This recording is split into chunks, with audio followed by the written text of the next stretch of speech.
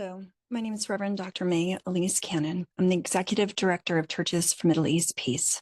Today is Monday, August 5th. Today is day 304 since October 7th. Iran has called their foreign ambassadors that are based in Tehran to warn of the country's moral duty, from their perspective, to punish Israel for what it sees as, quote, adventurism and law breaking in what they believe is Israel's assassination of Ismail Haniyeh, the Hamas leader, last week in the Iranian capital of Tehran. Iran has also secured an emergency meeting of the Organization of Islamic Cooperation, which is set to meet on Wednesday, where it will try to press Arab states about what they believe is the Iranian right to take reprisal actions against Israel. Many leaders in the Gulf are willing to condemn Israel's actions, but have also been calling on Iran to show restraint. The meeting will be held at the OIC headquarters in Jeddah in Saudi Arabia. Today, there was a brief statement issued by the United Nations Refugee Workers Agency, UNRWA, stating that 9 UNRWA staff members may have been involved in the October 7th attacks. The UN fired employees from the Palestinian Refugee Agency following their internal investigation into their role on the Hamas-led attacks on Israel. The Guardian reported this today from Jerusalem.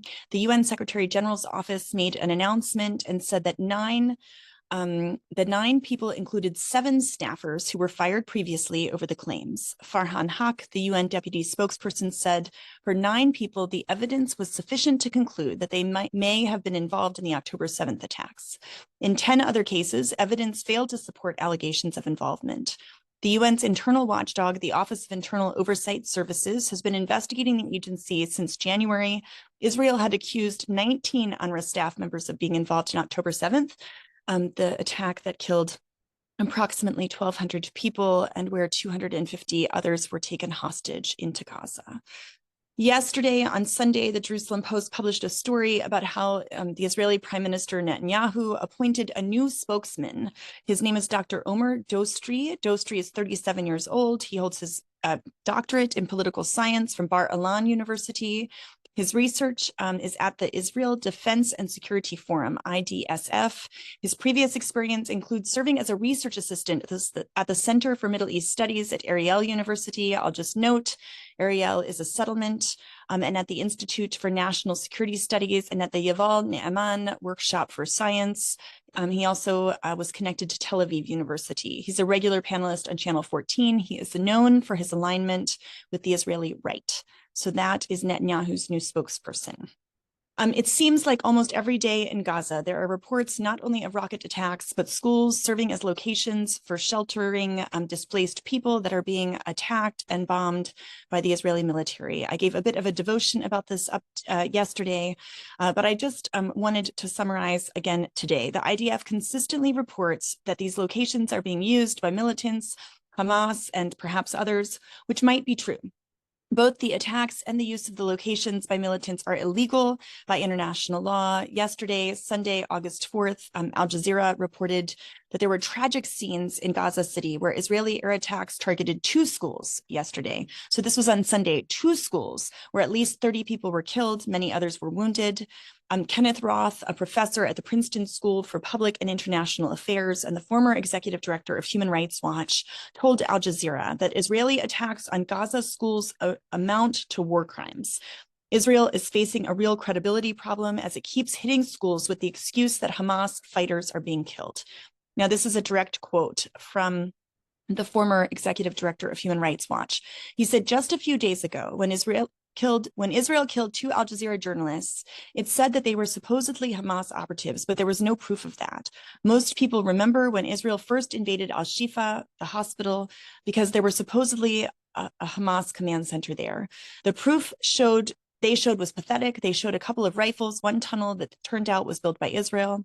Roth went on to say that even if Israeli claims were true, one of the requirements according to international law is that if an attacker has a duty not to proceed if the harm to civilians is disproportionate. If 80% of the victims are children, then it is not a proportionate attack. So it does not matter if there were a couple of Hamas fighters there or whatever the military claims. When you kill that many civilians, the result is disproportionate. It is a war crime.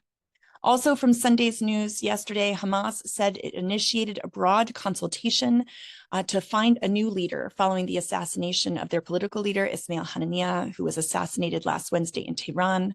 New evacuation orders have been issued again in Han Yunis in the southern and southeastern parts of the city. The Israeli military announced this as it continues its ground invasion in Han Yunis. The Houthis in Yemen, a militant group, have claimed an attack on a cargo ship and the shooting down of another US-made MQ-9 drone. France has joined the US, the UK, and Saudi Arabia and Italy in the growing list of countries that has urged their citizens to leave Lebanon because of the threat of the Iranian response to the assassination of the Hamas leader Haniyeh. Netanyahu has said that the Israeli army will not withdraw from the Philadelphia corridor. You'll recall the Philadelphia corridor is the location that is in between Gaza and Egypt. That should be under the control of the Egyptians. This is by the Rafah border, by Israel saying that they will not withdraw from the Philadelphia corridor and the Rafah border. They're essentially saying that they will not give control over, which is many have claimed Netanyahu saying that he no longer is interested in negotiations or a ceasefire deal. A 34-year-old man from Salfit killed two elderly Israelis with a knife before he was shot dead by Israeli police. All of that happened yesterday. A few things that happened today. Two people were killed in South Lebanon as a result of an Israeli airstrike today. Hezbollah today, the militant group from Lebanon, hit northern Israel with drone attacks. That was earlier today. They said that these were in response to the attacks and assassinations that Israel carried out on several villages in South Lebanon. The Israeli military says the attack wounded two soldiers and started a fire. Nasser Kanani, Iran's foreign ministry spokesperson, said that Tehran is not looking to escalate tensions, but punishment is necessary as a response to the killing of Haniyeh that happened in Tehran. No one has the right to doubt Iran's legal right to punish the Zionist regime, he said. Israel's finance minister, Smotrich, said that it is, quote, justified and moral to let 2 million civilians in Gaza die of hunger unless the Israeli hostages are returned. He said that at a press conference today in Israel. Smotrich complained that international pressure meant the government had no choice but to bring aid into Gaza. Nearly half of Hamas's military battalions in Gaza have revived some sort of their fighting capabilities. CNN issued a special report today about that.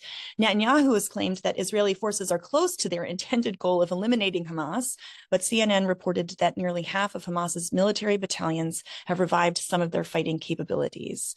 Israel has handed over 80 unidentified Palestinian bodies to Gaza's Civil Defense Agency, according to Gazan officials. And Yair Lapid, the Israeli opposition leader, criticized Netanyahu's government over its handling of the threat of an attack from Iran.